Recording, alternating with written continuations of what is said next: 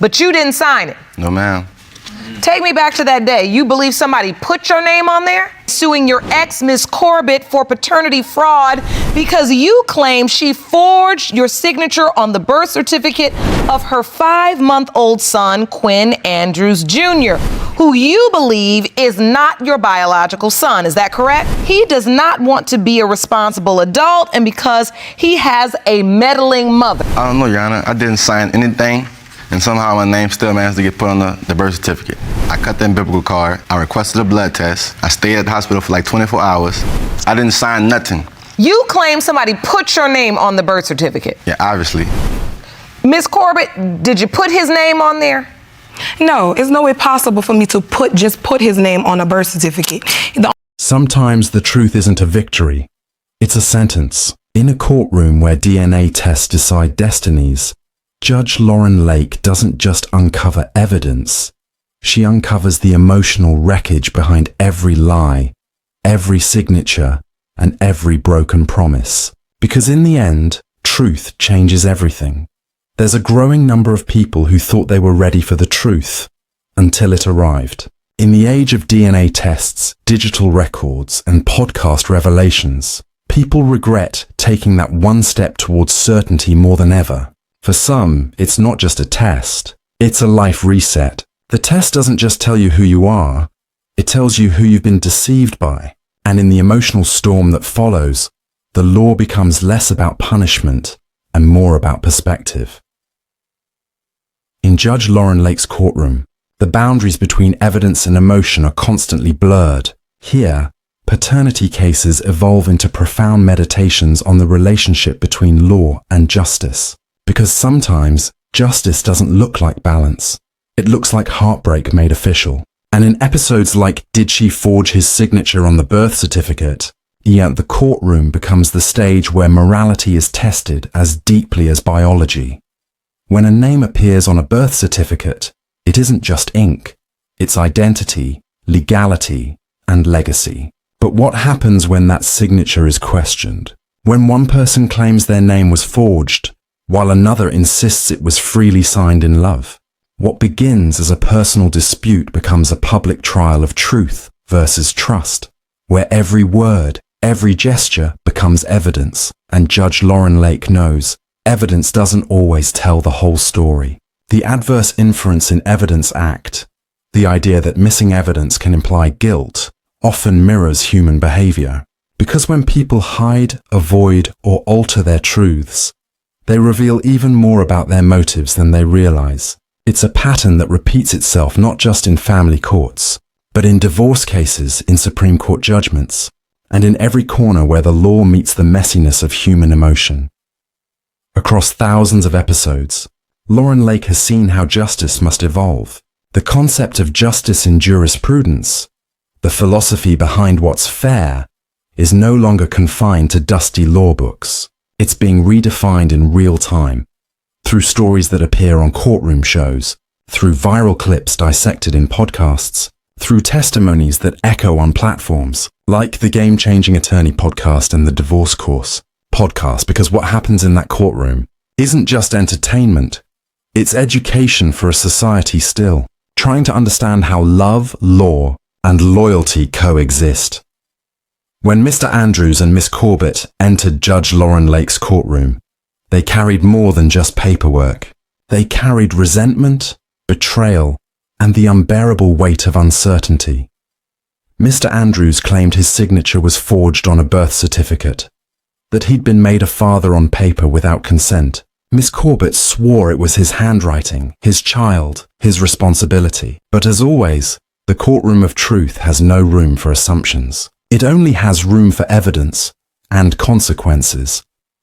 Judge Lauren Lake, firm but empathetic, doesn't just preside over cases like this. She interprets the moral landscape underneath them. In this courtroom, every sigh is testimony, and every silence can feel like an admission.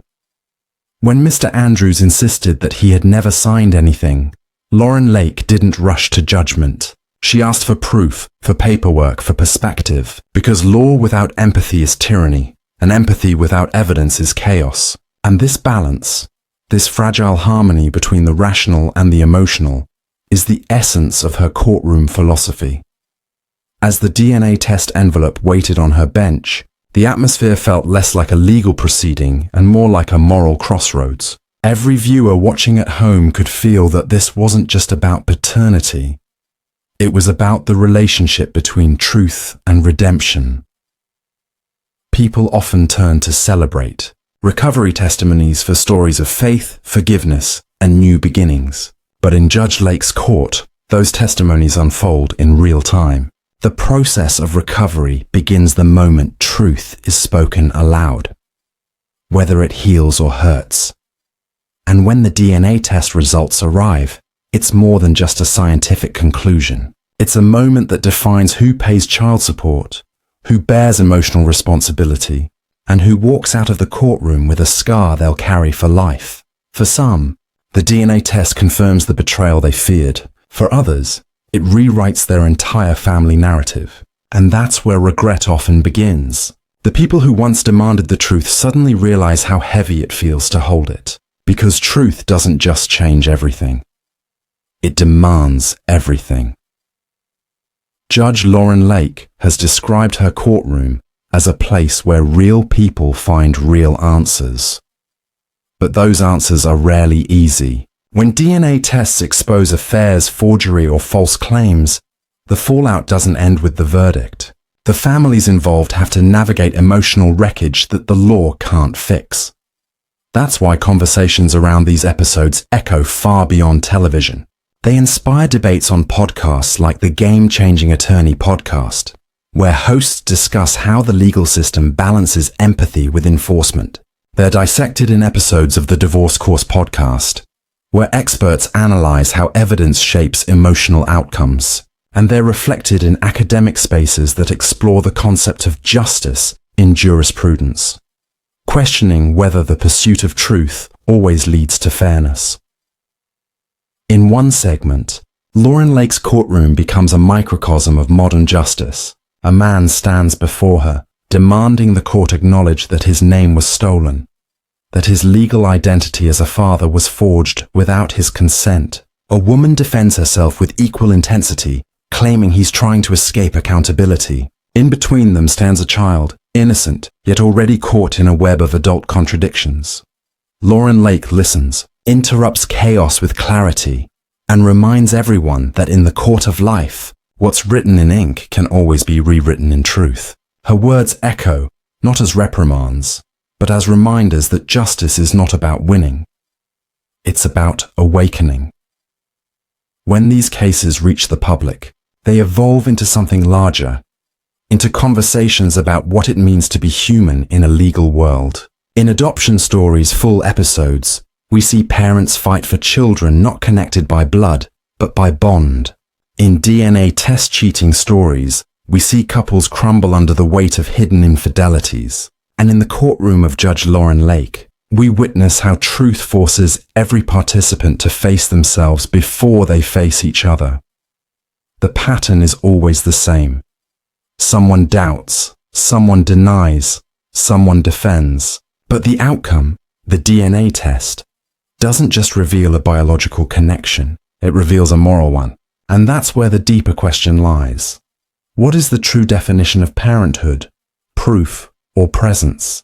The Supreme Court has long held that a father's rights are not merely biological, but constitutional, tied to his willingness to nurture, protect, and provide. But what happens when a forged signature robs a man of that choice? What happens when a child's legal identity is built on deception? These are not just television questions. They are questions of jurisprudence, of what society considers justice in a world driven by human imperfection.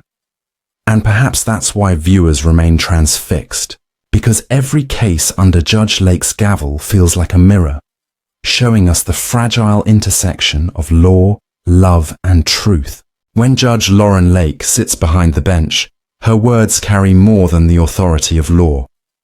They carry the weight of humanity. She often reminds people that justice without compassion is hollow, that truth without understanding is just noise. Every episode of her courtroom feels less like a legal proceeding and more like a moral awakening, especially when the truth arrives sealed in an envelope that can shatter lives in seconds.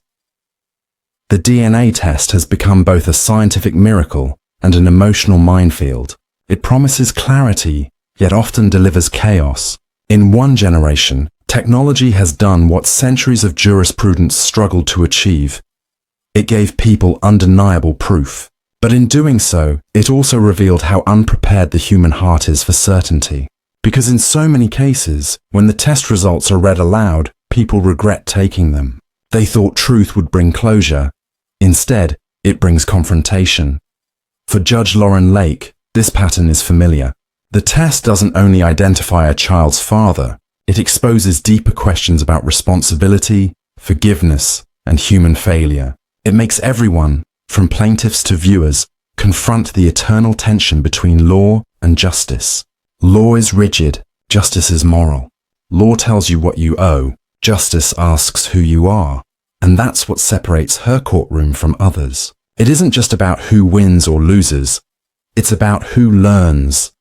Episodes like Did She Forge His Signature on the Birth Certificate show us that legal documents can lie, but DNA never does. Yet, even DNA can't tell the whole story. When Mr. Andrews accused Miss Corbett of forging his signature, the case became more than a question of ink. It became a mirror reflecting how fragile trust really is. The evidence was tangible, but the pain behind it was spiritual. Judge Lauren Lake's voice, firm yet compassionate, became the bridge between two opposing truths. And this is where her courtroom transcends entertainment. It becomes a study in jurisprudence, the philosophy of justice in action. The concept of justice in jurisprudence teaches that fairness is not achieved by punishing wrongdoing, but by restoring balance. In this courtroom, that balance is emotional as much as it is legal. When the results came in confirming that Mr. Andrews was indeed the father, the truth didn't heal the wound. It deepened it first. Because truth, before it sets you free, often breaks you apart. The child was his, the signature was irrelevant, and suddenly the law demanded what emotion resisted: child support, co-parenting, accountability. The DNA test may have settled the question of biology, but it reopened the question of belonging. And that is where Judge Lauren Lake's true mastery lies, in understanding that justice doesn't end with the verdict. It begins there. Across countless episodes, her courtroom becomes a living lecture on the relationship between law and justice. We see it when parents beg to be heard, when partners weaponize doubt, when love becomes a legal argument. Each case unfolds like a real-life parable, teaching that truth is not an end, it's a beginning. In many ways, these stories echo what's discussed in the Game-Changing Attorney podcast, where lawyers explore how empathy can coexist with legal precision. The podcast often refers to the human side of litigation, the unquantifiable pain that never fits neatly into a statute. And in Judge Lake's courtroom, we see that pain on full display. Similarly, episodes of the Divorce Course podcast analyze how couples use or misuse the legal system during separation, how evidence becomes ammunition in emotional warfare. Judge Lauren Lake's cases often mirror these lessons. Her courtroom is a crash course in the psychology of justice, showing how evidence may win the argument, but empathy wins the future. For some, these moments resonate deeply because they mirror personal journeys of healing. Listeners of Celebrate Recovery testimonies know that confession and truth are not about exposure. They're about freedom. That same principle applies here. When Lauren Lake encourages honesty, she's not chasing drama. She's offering redemption. Her courtroom is a confessional space disguised as a legal one. And that's what makes these cases powerful. They speak to universal truths about guilt, forgiveness, and consequence. The mother who forged a signature isn't just a character. She's a symbol of fear, of someone trying to rewrite destiny out of desperation. The man who doubts paternity isn't just angry. He's a reflection of betrayal turned inward. Together, they represent the timeless collision between truth and illusion. There's also a profound philosophical undercurrent to these trials. In the Supreme Court, justice is often defined by precedent. But in Lauren Lake's courtroom, it's defined by conscience. Where the Evidence Act may dictate how to treat missing documents or absent testimony through the principle of adverse inference, Judge Lake applies something deeper. The inference of intention. She doesn't just ask what happened, she asks why. Because in the theater of human behavior, omission is its own kind of confession. The Adverse Inference in Evidence Act teaches that silence can speak volumes, and so can hesitation, avoidance, or anger. In one episode, a father's refusal to appear for a test became the loudest evidence of all. Justice, in that moment, was not found in paper trails, but in human patterns. This is also where the emotional core of her courtroom collides with broader social commentary. Each story challenges how society perceives truth. We celebrate science for its precision, yet we fear its implications. A DNA test can prove paternity, but it can also destroy families, expose secrets, and redefine love. It can dissolve decades of denial in a single result. Episodes like these become modern cheating stories, not just about infidelity in marriage, but about infidelity to truth itself. They expose the subtle ways people betray reality. By lying, by omitting, by pretending not to know. But as Lauren Lake's rulings remind us, there is no healing without honesty. Her courtroom is where accountability replaces avoidance, and where forgiveness must eventually follow fact. Because the law can demand payment, but only the heart can demand peace. Viewers often describe her cases as adoption stories, full episodes of the human spirit, tales of rediscovery and renewal. Some men discover children they never knew they had. Some women find strength to confront years of deceit. Each revelation, whether joyful or devastating, becomes an emotional adoption of reality itself. That's why her courtroom isn't about shame. It's about revelation. It's about taking the unspoken and making it undeniable. And through that process, her audience learns that justice is not about punishment. It's about purification. The ripple effects of these cases extend beyond television. They shape how we think about family, identity, and forgiveness. They remind us that justice is not a cold institution, but a living dialogue, one that evolves through platforms like podcasts, social media, and shared testimonies. A young attorney listening to the Game Changing Attorney podcast might find new appreciation for empathy and advocacy. A listener of the Divorce Course podcast might discover how emotional intelligence is as crucial as evidence in resolving disputes. And a viewer of Judge Lake's courtroom might finally understand what it means to balance truth with tenderness. In a world flooded with information, people crave clarity, but clarity comes with cost. That's the paradox of modern justice. The more we know, the more it hurts. The truth changes everything. Not because it rewrites facts, but because it forces us to see them. In family courts, DNA tests now replace faith. Forged signatures replace trust. Digital screenshots replace conversation. Yet amid this cold machinery of modern evidence, Lauren Lake insists on something timeless: humanity. Her rulings remind us that while the law can enforce accountability, only compassion can create closure.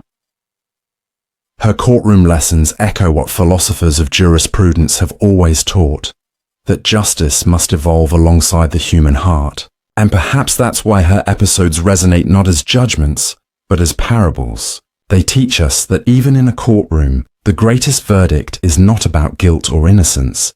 It's about growth. When we think of Judge Lauren Lake, we think of wisdom wrapped in warmth, authority balanced by empathy. She speaks not just to litigants, but to a generation relearning what truth really means. Her courtroom is not the end of a story. It's the beginning of accountability. Every time she reads a DNA test result, she's not just revealing biology, she's revealing the human condition. Every time she orders child support, she's not just enforcing law, she's teaching responsibility. Every time she says, "This child deserves better," she's reminding the world that justice is measured not by punishment, but by protection. Because in the end, the truth doesn't just change everything, it changes everyone. When the gavel strikes for the last time in Judge Lauren Lake's courtroom, the echo doesn't just mark the end of a case, it signals the start of transformation. What happens after the verdict is often more profound than what led to it, because the moment truth is spoken, silence follows. The kind of silence that forces reflection, forgiveness, and sometimes regret. The truth, as she often says, isn't just about knowing who's right or wrong. It's about understanding why people lie, why they run, and why they choose denial over honesty. And when the DNA test results reveal the reality everyone feared or hoped for, we see the rawest form of humanity unfold. People don't cry because they lost. They cry because they've been unmasked. This is why truth changes everything. It shifts the center of gravity in every life it touches. It can dissolve love, restore dignity, or open the gates of accountability. Judge Lauren Lake's courtroom captures that transition, from illusion to illumination. For many who stand before her, the truth begins as punishment, but ends as freedom. The mother who fabricated a signature finally exhales when the burden of her lie is lifted. The father who doubted his child finds redemption in acceptance. The child, often unseen, becomes the bridge that reconnects broken adults to reality. It's no wonder that these stories have inspired countless discussions on podcasts like the Game Changing Attorney podcast and the Divorce Course podcast, where legal minds unpack what Lauren Lake demonstrates daily: that the relationship between law and justice is not static. It's living, evolving, and deeply personal. The courtroom, at its essence, is a stage. But unlike theatre, it doesn't thrive on fiction. It thrives on confrontation. Each participant becomes both witness and evidence. Each tear, each hesitation, becomes a chapter in the story of truth. When people ask why DNA testing has become such a global fascination, the answer lies here. Because it's the most honest form of evidence. A DNA test doesn't negotiate, doesn't sympathize, and doesn't lie. It gives answers science cannot feel but humanity cannot ignore. And yet, as countless DNA test cheating stories have shown, knowledge can wound as deeply as deception. Those who once demanded proof often whisper afterward that they wish they hadn't asked. The test answers the biological question but raises the emotional one. Can you handle the truth once you find it? Judge Lauren Lake's court reminds us that the greatest trials are not fought between people. They're fought within them. The man who once shouted for justice must now learn the humility of responsibility. The woman who once defended her choices must face the weight of her decisions. And in every case, Lauren Lake's steady voice becomes a compass pointing toward accountability. At its philosophical core, her courtroom embodies the concept of justice in jurisprudence. That true justice is not about equality of punishment, but equality of understanding. Justice must teach, not just correct. It must restore, not just condemn. That is why her approach resonates so deeply with modern audiences who've grown skeptical of the legal system. She bridges the emotional with the institutional. Her rulings, though rooted in law, are delivered in language that speaks to the human condition. When she quotes precedent, she does it with compassion. When she enforces child support, she reminds the defendant it's not a penalty, it's a promise. When she scolds a parent for immaturity, she does so with the tone of someone who believes they can do better. That's not mere judgment. That's mentorship. This fusion of authority and empathy mirrors the ancient ideal of justice itself. From Aristotle's ethics to the Supreme Court's doctrines, every philosopher and jurist has asked, can justice exist without mercy? In Lauren Lake's courtroom, the answer is visible in every moment of restraint, every pause before she speaks, every tear she refuses to ignore. Episodes like Did She Forge His Signature on the Birth Certificate don't end when the cameras stop rolling. Their ripples spread into society, into family conversations, classrooms, and faith-based gatherings. They inspire the same raw honesty found in Celebrate Recovery testimonies, where broken people speak of mistakes and redemption. And in that sense, Judge Lake's courtroom becomes more than a legal space. It becomes a sanctuary of truth. The people who walk into it are not criminals or clients. They're students. They come to learn what so many forget. That law is not there to destroy love, but to teach it responsibility. In an era when digital evidence and emotional manipulation often collide, her courtroom brings balance. The Adverse Inference in Evidence Act may define what the law can assume from missing facts, but Lauren Lake defines what the heart can infer from missing integrity. Her rulings remind us that you can't claim justice while avoiding honesty. You can't cry for fairness while hiding facts. Justice, like faith, demands transparency. That's why her courtroom is as much about spiritual recovery as it is about legal resolution. Each confession, each revelation, mirrors a Celebrate recovery story in motion. People confessing, confronting, and cleansing. And in those moments, her gavel sounds less like punishment and more like grace. The broader cultural influence of her courtroom extends to conversations about adoption stories, full episodes about how family isn't always determined by genetics. Her cases reveal that love, not lineage, defines parenthood. The man proven not to be a father by DNA sometimes becomes the most devoted parent by choice. The woman who raises a child not born from her body still becomes the truest embodiment of motherhood. Lauren Lake's understanding of justice acknowledges this complexity. She knows that law can define roles, but only love defines relationships. Her courtroom is not just about proving paternity, it's about restoring humanity. Over time, this has made her more than a television judge. She's become a moral educator for a generation raised on fragmented truth. Her work inspires debates